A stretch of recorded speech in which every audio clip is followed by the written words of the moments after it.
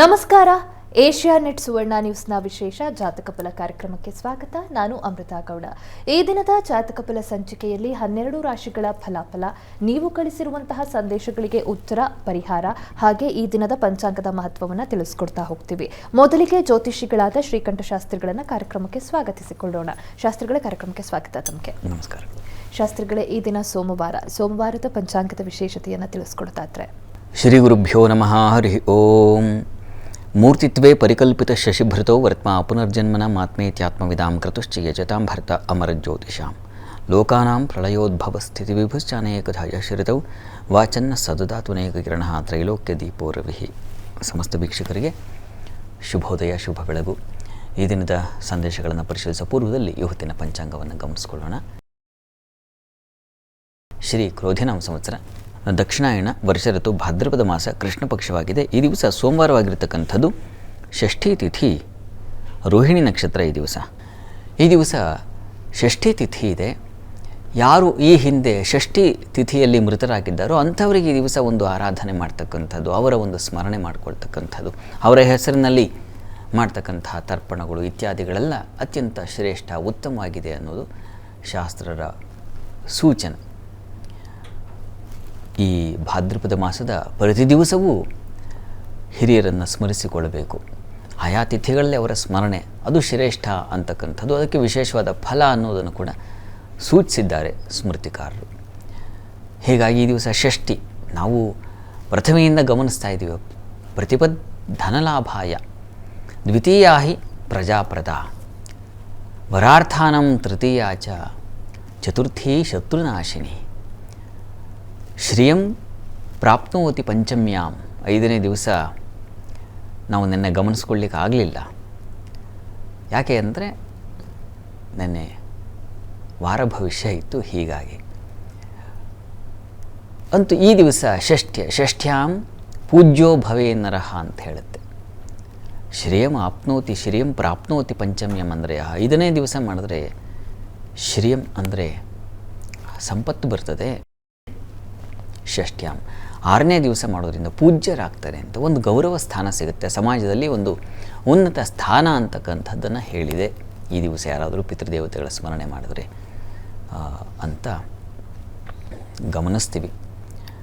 ಹೀಗಾಗಿ ಈ ದಿವಸ ತಾವೆಲ್ಲ ಪಿತೃದೇವತೆಗಳ ಸ್ಮರಣೆಯನ್ನು, ಅವರು ಷಷ್ಠಿ ದಿವಸ ಮೃತರಾಗಿದ್ದಾರೋ ಇಲ್ವೋ ಅದು ಬೇರೆ ವಿಚಾರ, ಒಂದು ನಮಸ್ಕಾರ ಹಾಕಿದ್ರೆ ಸಾಕಾಗುತ್ತೆ, ಸ್ಮರಣೆ ಮಾಡ್ಕೊಳ್ಳಿ. ಇನ್ನು ಎರಡನೇದಾಗಿ ಈ ದಿವಸ ಕನ್ಯಾ ರಾಶಿಗೆ ಬುಧನ ಪ್ರವೇಶ ಆಗುತ್ತೆ. ತುಂಬ ತುಂಬ ತುಂಬ ಉತ್ತಮವಾದ ಫಲಗಳನ್ನು ಕಾಣ್ತಕ್ಕಂಥ ದಿವಸ ಪ್ರಾರಂಭವಾಗುತ್ತೆ. ಬುಧ ವಾಗ್ಬಲಕ್ಕೆ ಅಧಿಪತಿಯವನು. ಅವನು ವಿದ್ಯಾ ಬಂಧು ವಿವೇಕ ಮಾತುಲ ಸುಹೃದ್ ವಾಕ್ಕರ್ಮ ಕೃದ್ಬೋಧನ ಅಂತ ಶಾಸ್ತ್ರ ಸೂಚಿಸುತ್ತೆ. ಫಲದೀಪಿಕೆ ಮಾತಿದು.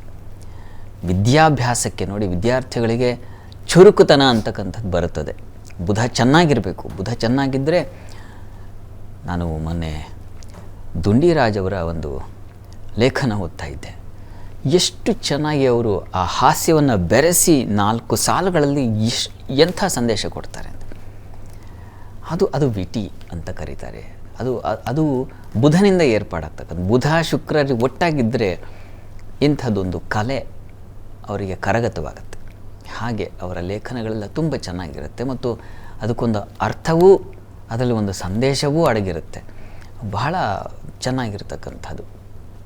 ಹೀಗೆ ಆ ರೀತಿಯಲ್ಲಿ ಬುಧ ಒಂದು ಪ್ರೇರಣೆ, ಒಂದು ಬುದ್ಧಿ ಪ್ರೇರಣೆಯನ್ನು ಮಾಡ್ತಕ್ಕಂಥ ಗ್ರಹ. ಮತ್ತು ಅಷ್ಟೇ ಅಲ್ಲ, ಬಂಧು ಬಾಂಧವರು, ಮಿತ್ರರು, ಎಲ್ಲರ ಜೊತೆ ಚೆನ್ನಾಗಿರಬೇಕು ಅಂತಂದರೆ ಬುಧನ ಅನುಗ್ರಹ ಇರಬೇಕು, ಬುಧನಿಗೆ ಬಲ ಇರಬೇಕು. ಆವಾಗ ಸಾಮಾನ್ಯವಾಗಿ ಈ ಬಂಧುಗಳಲ್ಲಿ ಕಲಹ ಬರೋದಿಲ್ಲ. ಕೆಲವೊಮ್ಮೆ ಹಾಗಾಗುತ್ತೆ, ಬಂಧುಗಳು ಕಿರಿಕಿರಿಯಾಗಿಬಿಟ್ಟಿರ್ತಾರೆ. ಆದರೆ ಬುಧ ಚೆನ್ನಾಗಿದ್ದರೆ ಜಾತಕದಲ್ಲಿ ಸಾಮಾನ್ಯ ಬಂಧುಗಳೇ ಹೆಚ್ಚು ಗೌರವಿಸ್ತಾರೆ. ಬಂಧುಗಳಿಂದ ಗೌರವಿಸ್ಕೊಳ್ಳೋದು ಬಹಳ ಕಷ್ಟ. ಯಾಕೆಂದರೆ ನಮ್ಮವರು ನಮಗೆ ಆ ಥರ ಆಗಲ್ಲ. ಯಾವುದೇ ಮನೆ ತಗೊಳ್ಳಿ ನೀವು. ಆದರೆ ಹಾಗಾಗಬೇಕು ಅಂದರೆ ಬುಧ ತುಂಬ ಚೆನ್ನಾಗಿರಬೇಕು, ಅದು ಆಗುತ್ತೆ. ಮತ್ತು ಮಾತಿಗೆ ಅಧಿಪತಿ. ಯಾವುದಾದ್ರೂ ನೀವು ಮಾತು, ಸಭೆ ಇಂಥವುಗಳಲ್ಲಿ ಮಾತಾಡ್ತಿದ್ರೆ ಕೇಳೋಣ ಅನಿಸುತ್ತೆ. ತುಂಬ ಚೆನ್ನಾಗಿ ಮಾತಾಡ್ತಾರೆ. ಹಾಸ್ಯವನ್ನು ಬೆರೆಸಿ ಮಾತಾಡ್ತಕ್ಕಂಥದ್ದು ಮತ್ತು ಅದರಲ್ಲಿ ಒಂದು ಸಂದೇಶ ಅಡಗಿಸಿಟ್ಟಿರ್ತಕ್ಕಂಥದ್ದು ತುಂಬ ಈ ಥರದ್ದು ಬುಧನಿಂದ ಬರತಕ್ಕಂಥದ್ದು. ಅಂಥದ್ದಕ್ಕೆ ಒಂದು ಪ್ರೇರಣೆ. ಈ ದಿವಸದಿಂದ ನಾಳೆಯಿಂದ ಯಾವುದಾದ್ರು ಒಂದು ಮಗು ಹುಟ್ಟಿದ್ರೆ ಈ ಒಂದು ತಿಂಗಳ ಸಂದರ್ಭದಲ್ಲಿ ಬುಧ ನೋಡಿ ತುಂಬ ಏನು ಬುದ್ಧಿಶಾಲಿಗಳಾಗಿರ್ತಾರೆ. ಅಂಥದ್ದಕ್ಕೆ ಒಂದು ಬುಧ ಕಾರಣೀಕರ್ತನಾಗಿದ್ದಾನೆ. ತನ್ಮೂಲಕ ಎಲ್ಲ ರಾಶಿಗಳವರೆಗೂ ಒಂದು ವಿವೇಕವನ್ನು ಜಾಗೃತ ಮಾಡ್ತಾನೆ, ಬುದ್ಧಿಯನ್ನು ತಂದು ಕೊಡ್ತಾನೆ. ಅದನ್ನು ಆನಂದದಲ್ಲಿ ಗಮನಿಸೋಣ. ಸೋಮವಾರ ಚಂದ್ರನ ವಾರ ಆಗಿದೆ. ಹೀಗಾಗಿ ಚಂದ್ರನ ವಾರದಲ್ಲಿ ಬುಧನ ಒಂದು ಉತ್ತಮ ಸಂಚಾರ. ಚಂದ್ರನ ಮಗನೇ ಬುಧ. ಇದೇ ಚಂದ್ರನನ್ನು ಗುರಿಯಾಗಿಟ್ಟುಕೊಂಡೇ ದುಂಡಿರಾಜವರು ಬರೆದಿದ್ದಾರೆ. ಅದು ತುಂಬ ಚೆನ್ನಾಗಿದೆ. ಆ ಪದ್ಯ ನನಗೆ ನೆನಪಾಗ್ತಿಲ್ಲ, ಸಾಧ್ಯವಾದರೆ ಅದು ಕರ್ಮವೀರದಲ್ಲಿ ಬಂದಿರತಕ್ಕಂಥದ್ದು ಅಂತ ಅನಿಸುತ್ತೆ, ಓದಿ ಒಂದ್ಸಲ. ಅಂತೂ ಈ ದಿವಸ ಈಶ್ವರನ ಪ್ರಾರ್ಥನೆ, ಚಂದ್ರನ ಪ್ರಾರ್ಥನೆ, ಬುಧನ ಪ್ರಾರ್ಥನೆ ಎಲ್ಲವನ್ನ ಮಾಡಲಿಕ್ಕೆ ಒಂದು ಒಳ್ಳೆಯ ಕಾಲ. ಇದರ ಜೊತೆಗೆ ಪಿತೃದೇವತೆಗಳ ಸ್ಮರಣೆಗೂ ಒಳ್ಳೆಯ ಕಾಲ. ಒಳ್ಳೆಯದಾಗಲಿ, ಸ್ಮರಣೆ ಮಾಡಿಕೊಳ್ಳಿ.